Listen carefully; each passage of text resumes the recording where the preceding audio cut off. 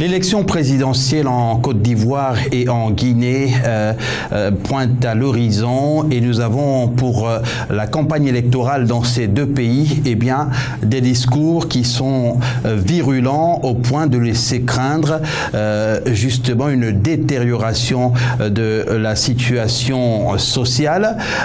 En Côte d'Ivoire, il y a eu déjà des échauffourées. En Guinée, beaucoup parlent également de heurts pendant cette campagne électorale.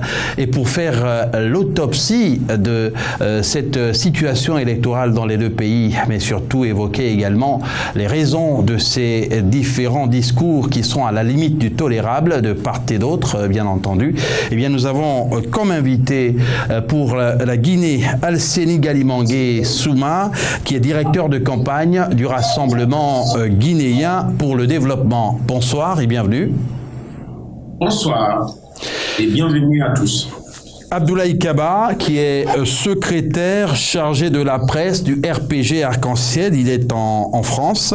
Et concernant la Côte d'Ivoire, docteur Serge Anissé Brou, il est docteur en sciences et techniques de l'information et de la communication. Bonsoir. Bonsoir, cher frère. Merci pour l'honneur que vous nous accordez ce matin. C'est nous. On précise que vous êtes membre du RHDP et un journaliste indépendant qui est écrivain ivoirien également, Ferro Bali Maurice, qui sera en ligne dans un instant. Avant toute chose, nous allons bien sûr démarrer par la Guinée. C'est notre choix par la Guinée où il y a eu des propos prêtés au président Alpha Condé qui ont finalement été repris sur les réseaux sociaux, amplifiés, peut-être on le dira à tort, mais on va sûrement en savoir davantage maintenant, des propos qui, de l'avis de nombreux observateurs de la vie politique en Guinée, ont appelé à la haine contre une autre ethnie du pays. Et là, nous allons commencer par vous, Alseni Galimangué Souma, qui êtes directeur de campagne du Rassemblement guinéen pour le développement. Comment avez-vous perçu ces propos du chef de l'État actuel, Alpha Condé, qui est également candidat à l'élection présidentielle? Des propos qui, en ce temps d'élection, devraient être apaisants. À ce jour, il faut constater que le déferlement des propos intolérables, ça et là, observés dans les meetings ou des sorties improvisées, en fait, impose ou plutôt apporte des menaces de la pratique politique en Afrique. L'une des phrases du professeur Alpha Condé que je retiens et que j'ai même vu passer aujourd'hui sur mon téléphone, c'est « cette élection n'est pas qu'une élection ». C'est comme si nous étions en guerre. Je pensais en fait que c'était du fake news. Je suis allé regarder, fouiller, aller me situer dans les sources. En fait, je me suis rendu compte que ce sont des propos réels. Et en tant que Guinéen, en tant que jeune,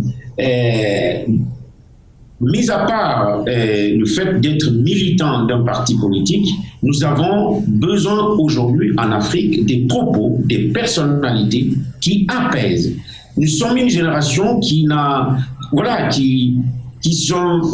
sommes aujourd'hui dépassés par des propos purement ethniques et en l'occurrence venant d'un président de la République qui est père de la nation, qui est père de l'ensemble de la nation, qui devrait être plus rassembleur que diviseur. Aujourd'hui, ce qu'il faut voir, et on verra tout à l'heure, on posera, j'ai fait plutôt une petite analyse pour dire, mais pourquoi les hommes politiques vont aujourd'hui dans le sens des propos extrêmement violents qui divisent, et y compris le président de la République lui-même qui devrait défendre plus son bilan que tenir des propos qui divisent la population, qui qui ne demandent aujourd'hui que de voir leur pays se développer. Abdoulaye Kaba, vous êtes chargé à la presse au RPG Arc-en-Ciel et ces propos du président Alpha Condé auraient, du point de vue de votre coalition, été sortis de leur contexte. Est-ce que c'est ce point de vue-là que vous défendez? Oui, merci beaucoup de me donner la parole pour m'exprimer sur cette situation-là. J'ai écouté attentivement, je dirais même très attentivement, M. Magui Souma, mais je n'ai pas vu, je n'ai pas entendu un seul passage, en fait, où le président appelle à la haine contre une ethnie. Donc, c'est tout à fait aberrant, en fait, d'utiliser cet argument-là quand on n'a pas d'éléments pour l'étayer. Il n'y a à aucun moment le président n'a dit telle ethnie va attaquer telle ethnie, ou telle ethnie est ceci, telle ethnie ou cela.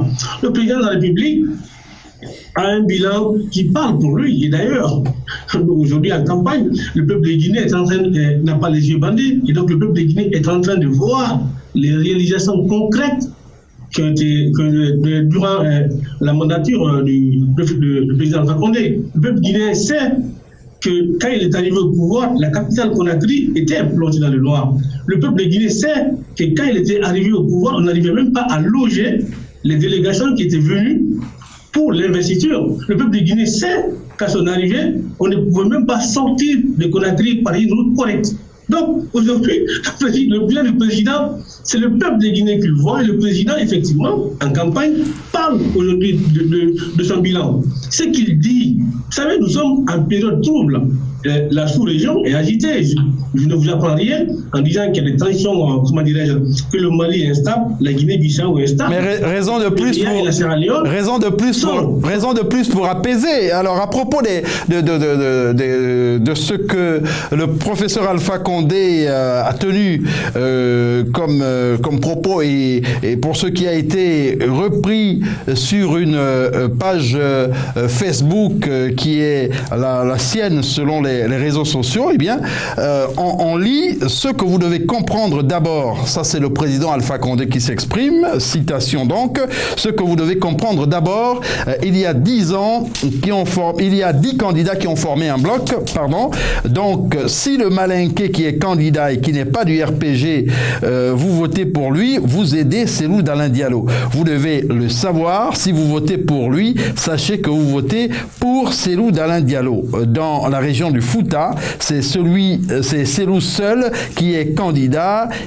Il n'y a pas un autre candidat. Bon, on va se limiter à ces propos.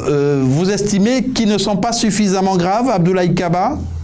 Non, en fait, vous savez, nous sommes en campagne, et quand on est en campagne, en fait, non seulement on galvanise ces troupes, mais aussi on appelle en fait à voter utile. C'est ce que le président Alpha Condé est en train finalement de demander en fait à ses militants. C'est-à-dire qu'il ne faut pas disperser les voix, comme ce qui s'est passé un peu en France en 2002, où la gauche en fait s'est éclatée plusieurs candidats autour de Jospin, finalement qui ont fait perdre Jospin. Mais si vous regardez la liste des candidats, il n'y a pas que des Malinké qui sont en face d'Alpha Condé. Et mais ça, M. Souma, il le sait, vous-même, vous devez le savoir, dans la liste des candidats, il n'y a pas que les Malinké qui sont en face. Alors, c'est pas ce que le professeur Alpha Condé est en train de dire. Il n'y a pas que les Malinké qui sont en face d'Alpha Condé. C'est pas ce qu'il est en train de dire. M. Souma, oui, entendons-nous, permettez... Il n'y a pas que les Malinké qui sont en face d'Alpha Condé. Oui, permettez à M. Galimangué Souma de réagir justement à propos de... C'est pas ce que le professeur est en train de dire. Le professeur est en train de parler aux personnes qui vote. Il n'est pas en train de défendre son bilan. Il n'a en aucun cas il n'a expliqué aux Guinéens ce qu'il a fait en matière d'électricité. Depuis plusieurs années, depuis qu'il est là 10 ans, on parle de plusieurs barrages qui n'ont jamais été terminés. C'est faux. Il y a le barrage de Caleta a été terminé. Alors nous allons revenir dessus. On vous permet de terminer et on va aller en Côte d'Ivoire. Oui, voilà, je termine juste là-dessus. Et puis, le professeur Alpha Condé, dans ses propos-là, n'est pas en train de parler de sa composition, de sa liste de candidatures. Il est en train de parler à un public malinké pour un vote malinké, pour un candidat malinké contre un candidat Peul et contre d'autres candidats qui ne seraient pas malinqués. C'est clair et c'est net. Il ne défend ni son bilan, ni autre chose. Il est en train de parler ethnie contre ethnie, dans un cadre politique, dans un cadre démocratique, et dans un cadre de vote légal. C'est ça qui est. Il parlait ethnie, il n'allait pas mentionner les 11 candidats en liste. S'il parlait ethnie, il n'allait pas mentionner les 11 candidats à partir du moment où ces 11 candidats ne sont pas Abdoulaye Kaba, nous comprenons... C'est un faux débat, c'est un débat artificiel que l'opposition, encore une fois, en manque... Oui, mais Abdoulaye Kaba, nous allons revenir à la Guinée dans un instant. Là, on se dirige vers la Côte d'Ivoire où les problèmes se posent également avec autant d'acuité, notamment dans le discours. Et nous avons le docteur Serge Anissé-Brou, on le rappelle, qui est docteur en sciences et techniques de la communication, membre du conseil politique du RHDP, la coalition au pouvoir. Le président Alassane Ouattara, ces derniers temps, est bien sûr attaqué de toutes parts par l'opposition. Alors nous avons retenu de vous faire regarder un pan de la revue des titres de la presse ivoirienne que nous avons parcourue. Mardi 29 septembre 2020, et pendant que tout semble aller dans le sens de la calmie au Mali, en Côte d'Ivoire, c'est plutôt la tension. Et le sursaut de se demander jusqu'où ira le bras de fer Ouattara-Guillaume Soro. Et sur cette même actualité, le bélier intrépide rebondit en disant « Troisième mandat de Ouattara, Guillaume Soro explose. C'est une catastrophe pour l'Afrique. » Et juste au-dessus de cette même une, il est écrit « Attaque contre ses adversaires, lâché par la communauté internationale, Alassane Ouattara, dos au mur. » Dans sa livraison du jour, dernière heure écrit, situation sociopolitique, présidentielle 2020, désobéissance civile, Ahmed Bakayoko sous grosse pression. Comment le RHDP et Ouattara nuisent au Premier ministre. Et le nouveau réveil, lui, de dire que Ange Dagaré répond au chef de l'État. Le vrai problème de la Côte d'Ivoire, c'est Ouattara, lit-on. Et ce sera tout pour aujourd'hui. Cette revue des titres du jour en Côte d'Ivoire montre bien que la tension est de plus en plus forte. Au RHDP, est-ce qu'on ne redoute pas en tout cas une hausse des tensions en raison du discours de plus en plus dur qui est reproché, qui est tenu de part et d'autre. Il est reproché notamment au RHDP d'attiser les tensions. Merci beaucoup, cher frère. Je suis totalement étonné d'entendre qu'on reproche au RHDP d'attiser les tensions. On pourrait plutôt accuser l'opposition ivoirienne. De mémoire, je ne vois en aucun cas, en aucun moment où je ne m'en souviens pas du tout des propos de violence, de haine provenant des cadres du RHDP ou des tenants du pouvoir. On a l'habitude de le dire que la violence est l'âme des faibles. Et c'est quand on se sent dans une position de faiblesse qu'on a recours à la violence. Aujourd'hui, l'opposition totalement désemparée, l'opposition aux abois, n'a que faire recours à des propos de violence, à des propos incendiaires, à des propos ivoiritaires, pour essayer d'appeler à une insurrection de la population, ce qui n'est pas suivi d'ailleurs par celle-ci. Pour nous, au RHDP, nous ne faisons qu'appeler au calme. Nous estimons que les urnes constituent le véritable débat démocratique et c'est au niveau des urnes que les populations ont le droit de choisir qui doit les gouverner. Pour nous, la violence est à proscrire et à aucun moment, aucun cadre du pouvoir, aucun cadre du RHDP n'a eu recours à des propos de violence ces derniers temps. Et la violence est à proscrire, mais il y a eu, on s'en souvient, quelques heures, des heures qui ont entraîné mort d'hommes à travers le pays il y a quelques semaines. Ces tensions-là et ces morts sont imputées par l'opposition au pouvoir, au RHDP. Non, c'est totalement faux. Vous-même, vous savez très bien que c'est l'opposition qui a appelé, en dépit des interdictions, des membres des populations à sortir dans les rues. Un appel qui n'a d'ailleurs pas été suivi. Nous avons tous été ici témoins de tout ce qui s'est passé, où on attaque des biens publics, où on attaque des biens privés. Et en quoi est-ce que le pouvoir est responsable de ces heurts, est responsable de ces morts? Nous ne faisons qu'appeler au calme. Nous ne faisons qu'appeler au respect de la Constitution.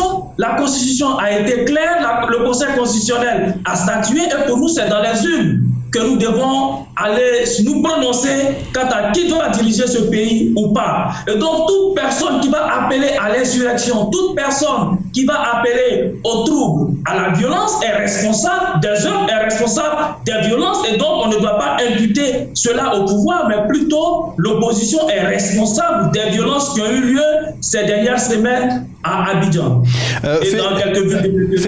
Ferrobi Bali Maurice est en ligne, il est journaliste indépendant et écrivain. Ferrobi Bali Maurice, ces discours haineux pourraient avoir pour conséquence d'enflammer le pays. Bonsoir.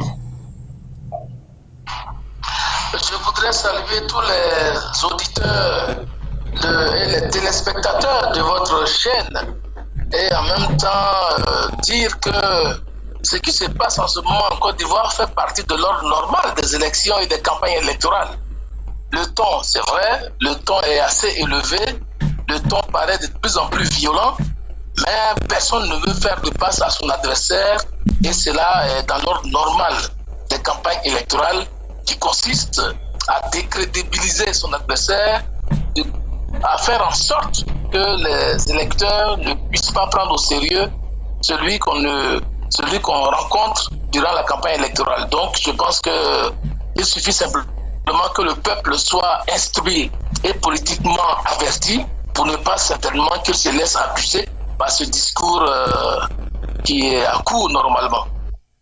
Alors Alseni et Galimangué Souma, on vient d'entendre Ferrobi Bali Maurice qui rappelle que ces tensions sont normales en temps de campagne électorale pour l'élection présidentielle. Le percevez-vous ainsi pour le cas de la Guinée? Est-ce qu'on ne pourrait pas avoir une campagne, on va dire, moins violente sur le plan verbal?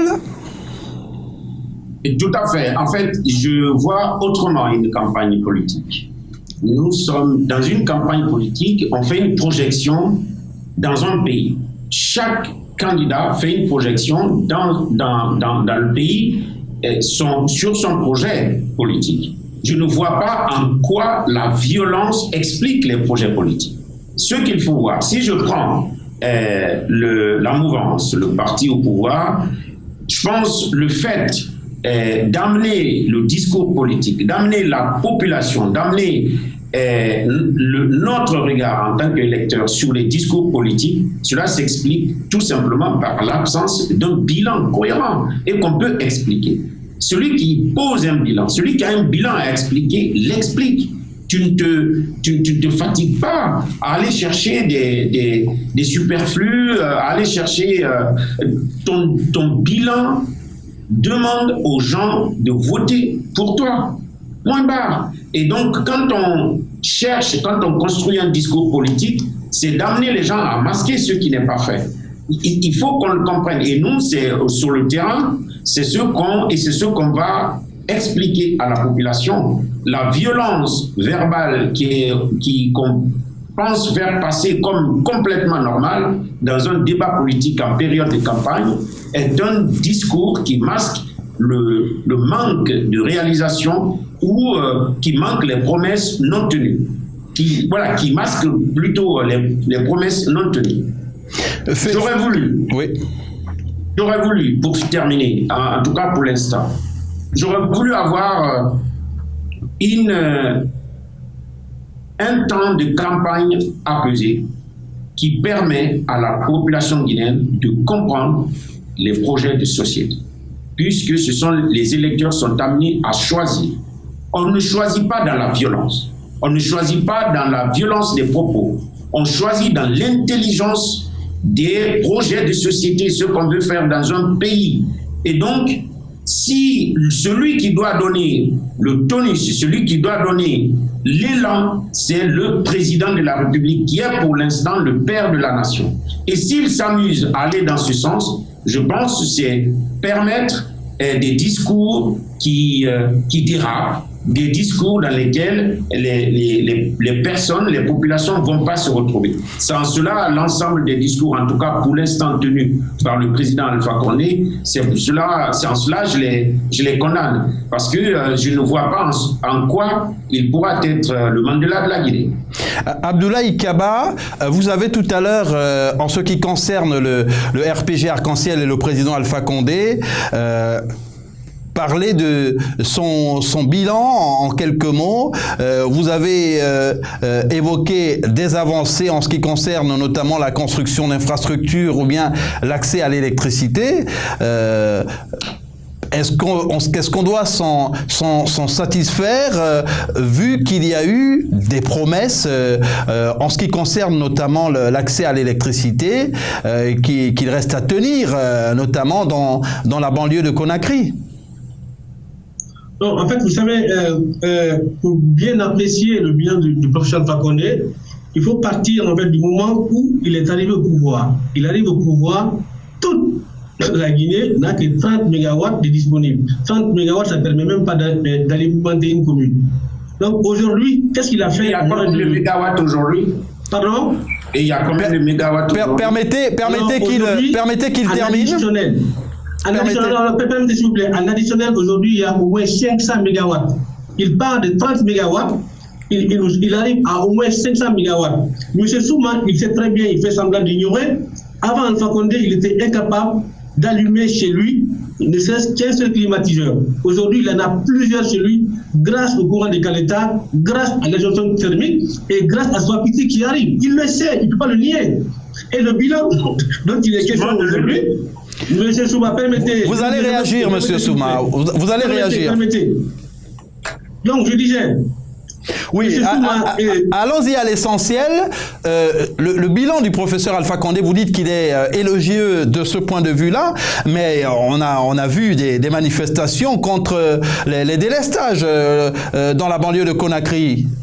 Oui, mais vous savez, monsieur, en fait, les Guinéens avant pouvaient passer des mois sans avoir la moindre électricité. Aujourd'hui, ils manifestent pour 24 heures de coupure. Vous vous rendez compte un peu? Avant, ils pouvaient passer des mois parce qu'en fait, on est passé d'une situation où on s'est habitué à l'absence d'électricité à une situation où il y a abondance d'électricité. Moi, je suis né, j'ai grandi à Conakry, je sais la situation. On n'arrivait même pas à avoir de l'eau fraîche à la maison. On était obligé d'aller acheter des glaces pour venir mettre ça dans l'eau et boire. M. Souma, il sait, si en tout cas il est né, il a grandi à Conakry, il sait ces réalités-là. Toute la Guinée était incapable de produire 200 MW après 52 ans d'indépendance. En moins de 10 ans, Alpha Condé, il a apporté au moins 500 MW. Il a fait, les Ivoiriens par exemple, vous présenteront le barrage de Soubré comme un méga projet. Nous, on a Swapiti qui fait 2 fois la puissance de Soubré. Alors, oui, Abdoulaye Kaba, permettez maintenant, avant de passer à nouveau à la Côte d'Ivoire, qu'Alseni Galimangué Souma vous réponde sur ce point. Il y a donc... en ce qui concerne notamment les efforts qui ont été consentis, tels que présentés par le représentant du RPG Arc-en-Ciel ici, par le président Alpha Condé, eh bien, une amélioration de la desserte en électricité. Vous, qu'est-ce que vous opposez sur votre terrain de campagne comme discours à cet argumentaire? Cela est simple. Comme dit M. Kaba, si les Guinéens sont sortis ces dernières années plusieurs fois, c'est que ça ne va pas dans le pays. Je vais vous expliquer. Avant, on pouvait faire rapidement 1 heure pour aller à Kilia. Non, mais parlons de l'électricité. Permettez qu'il s'exprime. Monsieur Kaba, Abdoulaye Kaba, s'il vous plaît, qu'il s'exprime. Il est en train de que l'on s'entende. Que l'on s'entende, s'il vous plaît. Abdoulaye Kaba, vous n'avez pas la parole. Je suis en train d'expliquer que, en réalité, ce que vous appelez amélioration, il y a eu toute une dégradation dans le pays. Mais très rapidement, on pouvait faire 1 heure pour aller à Kenya. Aujourd'hui, on fait 3 heures. Parce que la route est un chantier, en fait. La route est un chantier. Abdoulaye Kaba, ne l'interrompez pas, s'il vous plaît. On connaît tout ce pays. La route, il n'y a pas que... J'ai juste un exemple. La route est un chantier ou pas? S'il vous plaît, je peux prendre cet exemple comme je peux prendre le chantier. Abdoulaye Kaba, vous faites de l'obstruction. Qui est complètement impraticable. Aujourd'hui, les gens font 3 à 4 heures pour rejoindre Forêt-Caria. Tout simplement. Forêt-Caria qu'on a créé, allez chercher le nombre de kilomètres, vous allez vous rendre compte jusqu'où le pays a avancé. Mais ce qu'il faut savoir, nous, ce qu'on explique au RGD, le Rassemblement guinéen pour le développement, ce qu'on explique aux gens, c'est, j'expliquais hier à Inda, j'ai dit, est-ce qu'aujourd'hui, vous pouvez vous poser la question, votre enfant de 5 ans qui est sur votre genou, vous pouvez dire dans les 5 prochaines années ce que ce pays peut faire pour cet enfant. Elle m'a regardé, elle m'a dit non. Et c'est excessivement grave dans un pays qu'une population ne peut pas se projeter au-delà de 5 ans, alors que le discours politique se résume à s'aimer de la violence. En fait, le problème, il est là. Quand on prend le secteur de l'enseignement, on peut aller plus loin. Oui, mais on aura l'occasion de revenir. On aura l'occasion, s'il vous plaît. Messieurs, on aura l'occasion de revenir. Oui. Là, qu'est-ce qu'il propose cet homme-là? Non, mais il y aura un autre plateau pour présenter les différents projets. Oui, allez-y. Moi, propose quoi? Attendez seulement, attendez. Abdoulaye Kaba. En termes de posture, aujourd'hui, nous parlons là, dans cette émission, nous parlons du discours violent. Oui. La violence dans le discours politique. Regardez tous les discours de Maître Kabele Camara. Quand il sort, c'est parmi tous les candidats, c'est le rassembleur. Il est rassembleur, il est rassurant, il est compétent. Alors, on veut dans notre pays aujourd'hui, oui. Dans notre pays, nous allons revenir à vous. Une capacité oui. qui peut amener un discours dans lequel tous les Guinéens, quelle que soit leur ethnie, se reconnaissent. Voilà, nous allons revenir à vous. Oui. C'est ce qu'il avait avant. C'est ce qu'il a toujours eu. Nous allons revenir à vous, mais là, nous retournons vers la Côte d'Ivoire. Justement, on revient à l'essentiel. On rappelle qu'on aura l'occasion certainement d'avoir une émission qui sera consacrée dans d'autres conditions à la présentation des différents projets de société avec Serge Anissebrou pour la Côte d'Ivoire. Il faut quand même reconnaître qu'il y a un risque de repli identitaire qui est perceptible et qui est redouté. Oui, effectivement, nous redoutons ce risque de repli identitaire puisque c'est sur ce chemin, sur ce canevas que joue l'opposition ivoirienne. L'opposition minoritaire, sachant qu'elle ne peut pas gagner le RHDP au pouvoir le 31 octobre, ne fait que jouer sur le discours identitaire, le discours haineux. Aujourd'hui, on nous réveille aujourd'hui cette histoire d'ivoirité. Aujourd'hui, on cherche à opposer des gens du Nord aux gens du Sud. Aujourd'hui, nous avons vu des cyberactivistes proches de l'opposition, des partisans de l'opposition qui ont appelé sur les réseaux sociaux à exterminer, à tuer des partisans, des gens venant d'une certaine région de la Côte d'Ivoire parce qu'ils ne sont pas avec eux. Et nous estimons que ce n'est pas cette manière de faire de la politique. Pour nous, au RHDP, quand on nous présente des discours de haine, quand on nous présente des discours de violence, nous opposons notre bilan. Je suis heureux de voir nos frères de la Guinée parler de bilan. Je suis heureux de voir nos frères de la Guinée parler de projets de société. Mais nous, en Côte d'Ivoire, nous n'en sommes pas là. En Côte d'Ivoire, l'opposition ne parle pas de bilan. Parce qu'ils savent que vous avez dit que l'opposition est minoritaire, mais pourtant pour le bloc de l'opposition, eh bien il va être difficile pour le président Ouattara de s'en sortir au premier tour, même s'il y a le slogan un coup KO. Mais attendez, il y a Ferro Bibali Maurice qui est en ligne, à qui nous allons poser la même question. Est-ce que ce discours ne laisse pas la place, justement, ne fait pas le lit du repli communautaire et du repli ethnique? Oui, certainement qu'il faut prendre au sérieux certains discours tendant à opposer les communautés ivoiriennes.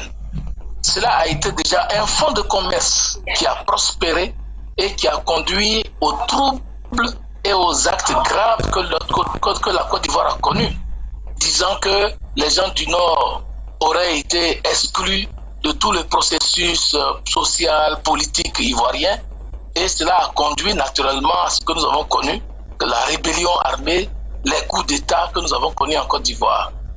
Naturellement, il faut faire en sorte que le discours politique ne puisse pas attiser la haine ethnique, la haine communautaire en Côte d'Ivoire.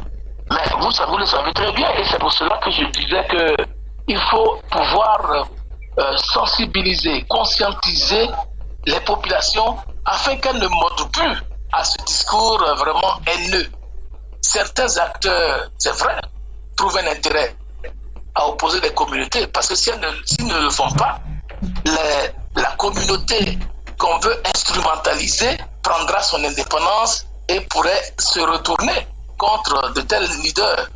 Mais il faut faire en sorte de pouvoir donc conscientiser nos populations, leur dire que ce qui est en train d'être dit dans les discours politiques ne sont pas toujours la réalité du terrain.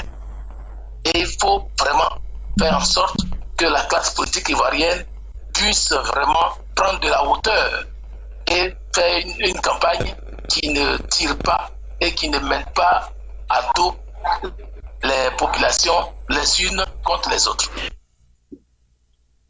On entend de plus en plus les religieux, notamment appelés à l'apaisement, mais est-ce qu'ils ne devraient pas davantage s'impliquer? Parce qu'après tout, ce sont des citoyens à part entière, des citoyens comme les autres qui ont également un mot à dire sur l'avenir du pays et la construction du pays.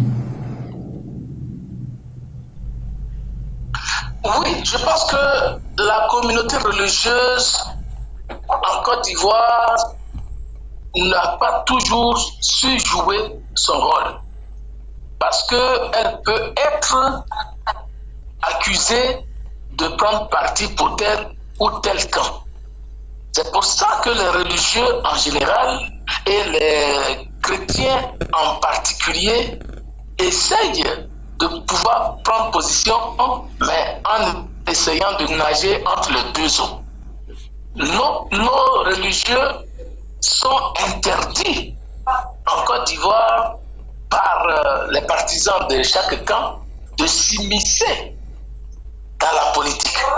Quand une position politique est prise, comme par exemple celle de Monseigneur Koutoua, qui a dit que le troisième mandat, la candidature de M. Alassane Ouattara n'était pas nécessaire. Vous avez vu un peu la levée de bouclier. Vous avez vu à quel point le camp présidentiel est monté au créneau jusqu'à violer l'espace de la cathédrale d'Abidjan. Donc, nous sommes allergiques, de part et d'autre. Nous sommes allergiques aux prises de position qui nous interpellent. Parce que chacun a envie plutôt de boire à grosse gorgée des flatteries et refuse la vérité qui est toujours amère. Donc c'est pour ça que les chrétiens et les religieux en général, les religieux en général interviennent de moins en moins. Mais les catholiques font toujours des appels pour que la classe politique ivoirienne puisse être responsable et évite à notre pays des guerres et des troubles. Voici un peu la situation qui prévaut et qui fait qu'aujourd'hui, où on accuse les religieux d'être de tel bord ou de tel autre, ou alors on les voue aux gémonies. Serge Anis-Sebrou, les religieux sont presque sommés de rester à l'écart. Or, pour apaiser, il y a justement l'utilité de ces religieux qui rassemblent au-delà des clivages et au-delà de l'aspect communautaire, puisqu'on retrouve dans chacune de ces religions des gens de différentes communautés. Personne n'a demandé aux religieux de se mettre à l'écart. Tout ce qu'on demande simplement aux religieux, c'est de ne pas venir faire de la politique. Sinon, dans tout pays, les religieux ont leur place, et surtout dans la situation actuelle de notre pays. Les religieux ont leur rôle qui est de prier pour la paix, qui est de sensibiliser à la paix. Mais lorsqu'un religieux doit venir pour donner son point de vue ou demander à ce que tel ou tel ne soit candidat ou pas, ça ressemble désormais à la politique. Mais est-ce que ce n'est pas une forme d'exclusion de refuser à d'autres citoyens le droit de se prononcer sur la candidature de tel ou tel autre citoyen?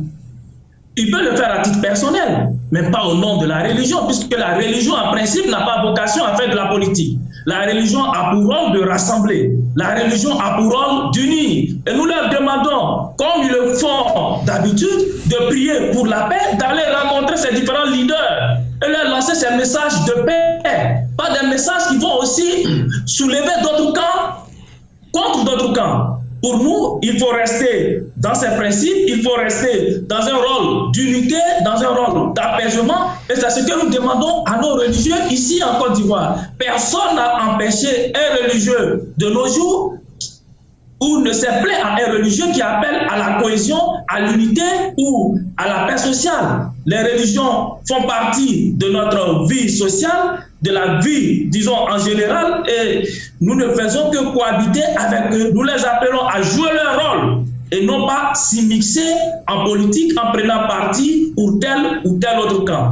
Alseni Galimangue Souma, en Guinée, est-ce que les religieux sont mis à contribution pour essayer d'appeler à l'apaisement et demander surtout aux acteurs politiques qui sont engagés d'avoir un discours, de tenir un discours responsable, un discours qui n'attise pas les tensions et la haine? Non, et c'est bien dommage, parce que si il y a une volonté, encore une fois, une volonté politique partagée, à la fois de la mouvance et de l'opposition, d'avoir un espace apaisé de débat et d'élection, les hommes et les femmes religieux et religieuses sont incontournables dans un débat comme celui-là, dans un espace comme celui-là. Mais il se trouve aujourd'hui en Guinée que les religieux n'ont jamais été aussi absents dans l'espace public que depuis peut-être 2 ans. Jamais ils n'ont été absents. Je pense, là c'est une supposition. Vous voulez dire que depuis 2 ans, ils n'ont jamais été présents? Ils ont été sommés de se taire.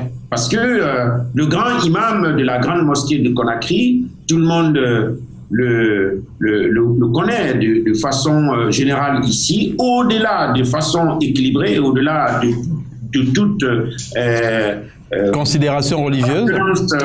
Appartenance partisane. C'est quelqu'un qui a toujours pris la parole pour parler de la paix dans ce pays. À la fois exhorter la mouvance et l'opposition, justement de garder cette ligne. Mais aujourd'hui, il est l'un des hommes les plus taiseux de ce pays. Et personnellement, c'est quelque chose qui m'interroge. Et pourquoi le président lui-même ne peut pas faire appel à ces hommes-là pour que tout le scrutin puisse... Encore, je le rappelle, quand on est président de la République, on est le père de toute la nation. Et un tel discours, comme ces derniers temps, ce que notre professeur, président, père de la nation tient, il est juste inconcevable.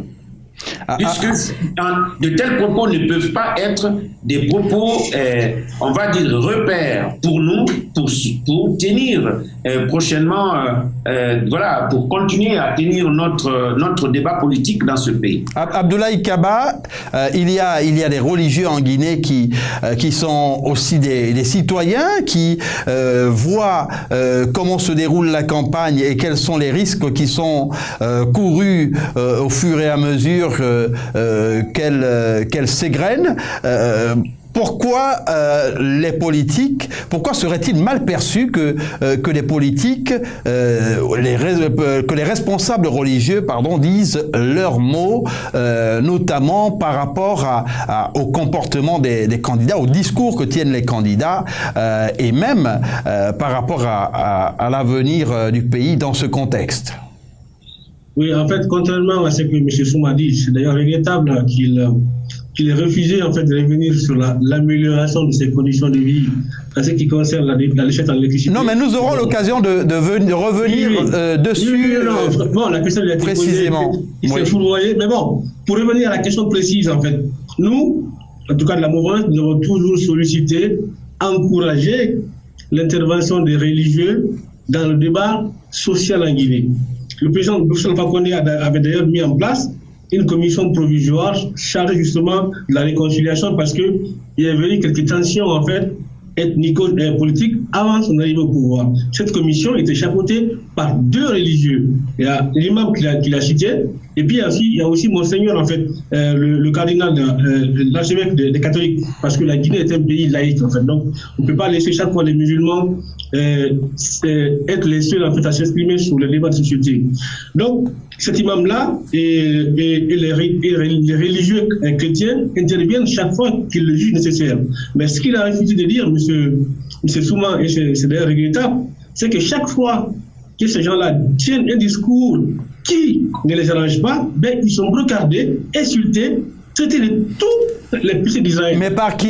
Ils sont insultés par qui? Nous acceptons la critique, nous acceptons tout ce que les gens là disent et nous prenons en compte. Est-ce que vous avez identifié ceux qui les insultaient? Même s'ils sont identifiés, comment justement auraient réagi, comment réagissent les partisans du pouvoir lorsque les religieux ont une position qui ne fait pas leurs affaires?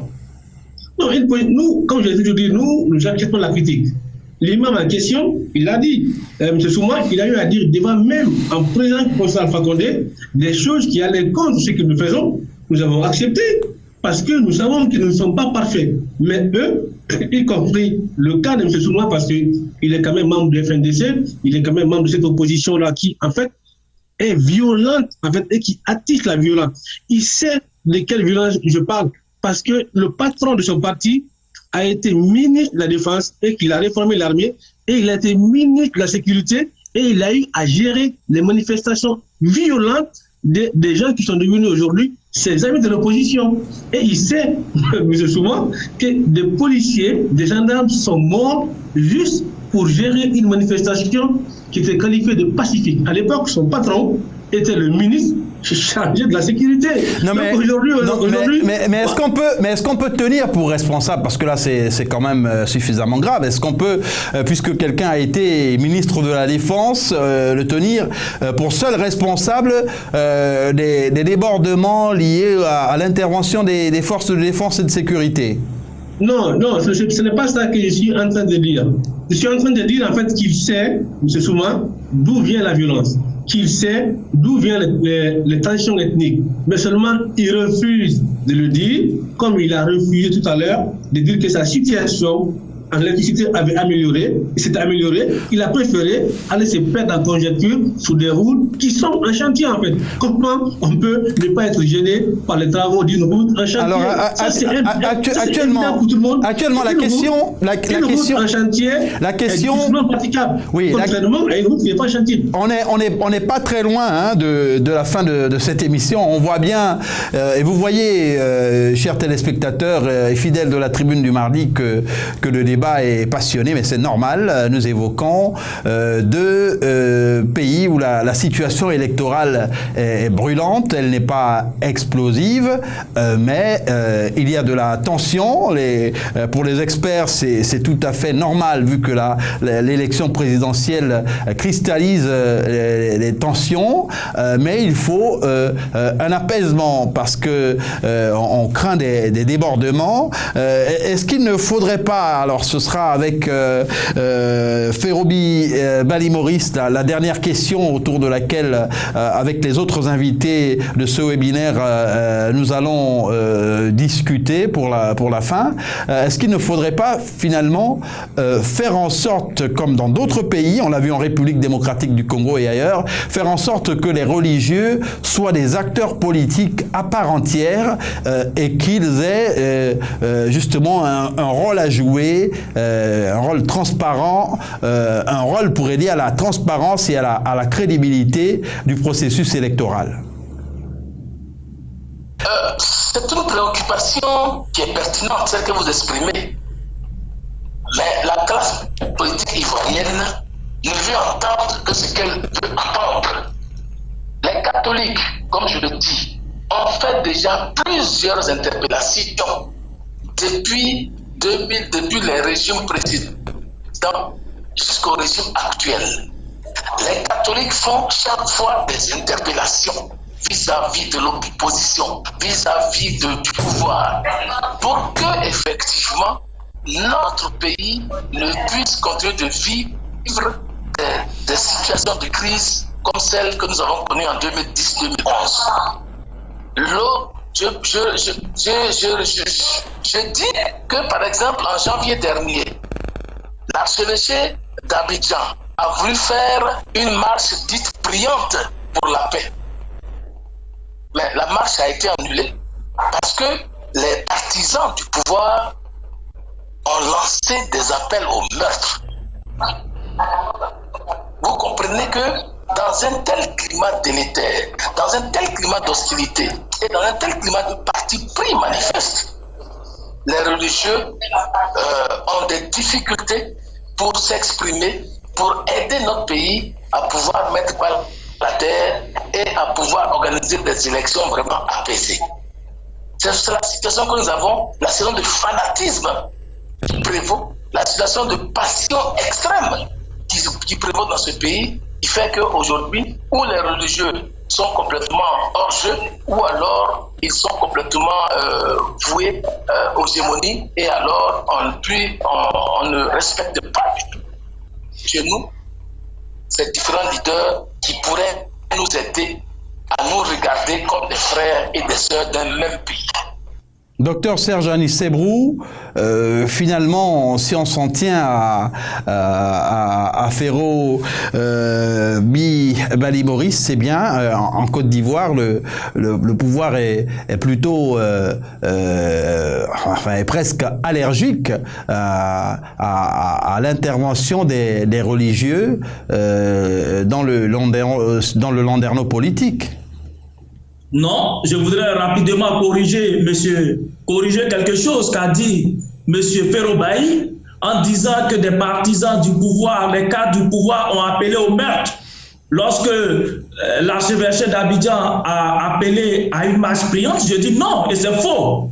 Lorsque l'archevêché a demandé qu'il y ait une marche priante, l'opposition ivoirienne s'est accaparée de cette marche. L'opposition ivoirienne a appelé tous ses militants, tous ses partisans à descendre dans la rue pour marcher avec l'Église catholique. Nous avons estimé que ce n'était plus une marche priante, c'était une marche politique et que l'opposition a voulu instrumentaliser la population sous le couvert de l'Église catholique.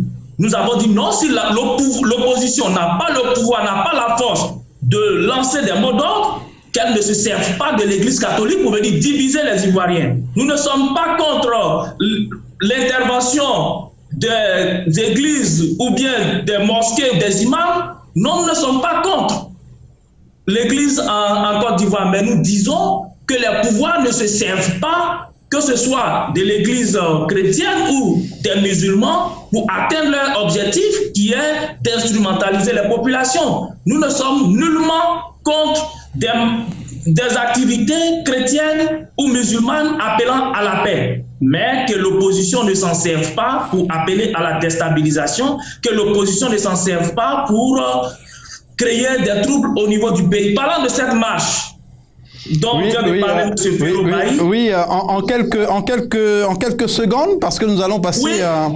Oui, parlant de cette marche, l'opposition n'est pas en mesure de mobiliser les Ivoiriens aujourd'hui à sortir dans les rues. L'opposition n'est pas en mesure aujourd'hui de créer une synergie d'action autour d'elle. Et donc, elle veut se servir des religions pour pouvoir atteindre ses objectifs. Et dans ce cas, nous disons non, nous nous opposons à l'instrumentalisation de la religion pour pouvoir atteindre les objectifs. Ferro-Bailly Bailly Maurice, pour l'instant, n'est plus en ligne pour porter la réplique. Et ça nous permet de glisser sur la Guinée et d'en venir à Alseni et Galimangué Souma. Vous aurez vu d'un bon œil qu'il y ait, par exemple, parmi les observateurs à l'élection présidentielle, des religieux de tous bords pour justement aider à garantir la sincérité du processus électoral? Tout à fait. Et c'est souhaitable et c'est même particulièrement incontournable. Mais avant de venir, je voudrais rapidement faire une mise au point. Quand il s'agit, tout à l'heure, M. Kaba disait que le président Alpha Condé avait mis en place toute une structure. Je voudrais répondre qu'il ne s'agit pas de mettre en place des structures, surtout des structures coquilles vides. Il faut les faire marcher, il faut les faire rendre autonomes. Ils avaient tous les moyens, vous allez réagir. Tous les moyens. Abdoulaye Kaba, vous allez réagir. Acceptez seulement que je finisse. Je voudrais dire simplement que quand une structure est créée, elle est rendue autonome, on la voit et ses actions sont impactantes sur le terrain. Aujourd'hui, pourquoi cette structure n'existe pas? Pourquoi ces actions ne sont pas impactantes sur le terrain? C'est simplement une structure qu'on a rendue coquille vide et puis on a crié sur le toit et à la télé comme d'habitude et puis il n'y a rien derrière. Je voudrais aussi, en termes de violence, et puisque vous parlez de Maître Kabel Camara comme ministre de la Sécurité et aussi de façon globale la violence dans le débat politique, nous avons vu, moi j'avais participé à cette marche-là, ici à Conakry, quand le gouvernement veut jouer le jeu, apeser, nous avons des marches, des manifestations du FNDC qui sont des réussites, qui se passent très bien. J'ai participé à une manifestation de FNDC à Conakry, la seule marche, le gouvernement a joué son jeu, l'État a joué son jeu, ça s'est très bien passé. J'étais dans le public, ça s'est très bien passé, les militaires, la police et les gendarmes ont été mobilisés plus pour protéger, plus pour organiser que pour tabasser les gens. Donc, à chaque fois qu'il y a des organisations et qu'on tabasse les militaires ou les policiers ou tabasser sur les gens, on peut dire que la violence, elle est organisée de ce point de vue. Et la violence, il faut justement faire en sorte qu'elle ne prospère pas. Nous sommes tenus par le temps, donc Alseni Galimangué Souma, avant un dernier tour de table pour le mot de fin, permettez qu'Abdoulaye Kaba réagisse sur ce point. Abdoulaye Kaba, il y a justement cette organisation dont vous avez parlé qui est en place. Est-ce qu'elle peut permettre aux religieux aujourd'hui en Guinée d'avoir, par exemple, pour la supervision de l'élection présidentielle, une place, même informelle? Oui, bien évidemment. Vous savez, comment dirais-je, nous qui sommes au pouvoir, nous avons le plus intérêt aujourd'hui à ce que les élections soient transparentes et incontestables, en fait, parce que nous savons que nous avons la population avec nous et nous ne voulons pas que notre victoire souffre d'aucune contestation possible. Donc, nous voulons... Vous êtes très optimiste. Si vous voulez venir... Permettez-moi, si vous voulez venir en Guinée superviser, vous êtes la bienvenue. Si vous avez une association de journalistes pour venir superviser, vous êtes la bienvenue parce que nous savons que nous avons le peuple de Guinée avec nous qui a observé et apprécié notre bilan. Monsieur Souma, honnêtement, je suis vraiment désolé pour lui quand il me dit que c'est nous qui organisons les violences. Comme si il n'y avait pas eu de violence, de policiers, de gendarmes morts quand M. Kabila était ministre de la Sécurité. C'est quand même assez consternant. Vous savez, il faut quand même un minimum parfois... Non, mais il est question ici de nous dire si les religieux, justement, ne peuvent pas avoir une place pour superviser l'élection présidentielle. Bien entendu que les religieux ont tout leur rôle à jouer. Déjà, nous-mêmes, nous avons convié la société civile guinéenne à venir superviser cette élection-là. Les gens de la CEDEAO, les gens de l'Union européenne sont cordialement invités à venir superviser cette élection-là. Comme je disais tout à l'heure, le maximum possible de supervision est à notre avantage dans la mesure où nous savons que nous avons le peuple avec nous. C'est nous qui avons intérêt aujourd'hui à ce qu'il n'y ait pas de contestation autour des résultats futurs qui sont en notre faveur. Mais chaque parti considère avoir le peuple avec elle et ça se comprend. C'est tout à fait normal. Non, mais en fait, la différence c'est que nous avons un bilan. Contrairement aux autres. Alors, nous avons un bilan. Nous avons changé de façon fondamentale la vie des Guinéens. C'est votre discours et nous le comprenons. Nous sommes arrivés quasiment au terme de l'émission, mais ne vous en faites pas. Nous sommes ouverts à un certain nombre de propositions. Dans un contexte différent, eh bien, il pourra donc se faire une émission tout à fait adaptée à la présentation des différentes réalisations, des différents projets de société exclusivement. Et là, nous avons, en raison de ce qu'il y a eu comme discours tenu de part et d'autre, notamment en Guinée et en Côte d'Ivoire, voulu contribuer à l'apaisement pendant la campagne électorale pour que rien ne s'embrase, pour que ces pays ne s'embrasent pas, parce que ce sont des pays, justement, des pays pivots en Afrique de l'Ouest. En quelques secondes, puisqu'on est en campagne électorale dans ces deux pays, nous allons donner l'occasion à chacun de conclure pour, pourquoi pas, appeler à l'apaisement, puisqu'il faut l'apaisement, il faut contribuer à la construction du pays dans un esprit de paix.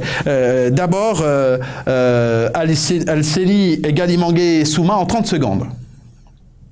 En fait, je voudrais réagir rapidement pour dire que faut noter, on y reviendra, que plusieurs fois le professeur Alpha Condé a refusé de recevoir les religieux, surtout à la veille des législatives. Votre appel, s'il vous plaît. Comment mettre en place une vie apaisée dans un pays quand le président de la République refuse de recevoir les religieux? Je voudrais aussi dire que il faut qu'on le retienne, pour qu'il y ait moins de violence dans un pays, il faut organiser des élections présidentielles ou législatives extrêmement intéressantes. Par exemple, la capitale Conakry a moins de votants que Kankan. Comment expliquons? Alors on n'aura pas le temps de développer parce qu'on est arrivé. C'est juste des questions qui nous permettront par la suite peut-être à une prochaine émission.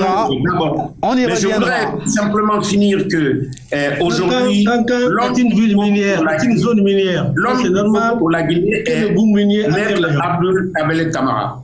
Il est rassurant, il est compétent et il est rassembleur. Très bien. On reviendra sur son projet de société. Abdoulaye Kaba, en 30 secondes, personne en Guinée, justement, ne gagnerait à installer le chaos. Il faut appeler à la paix.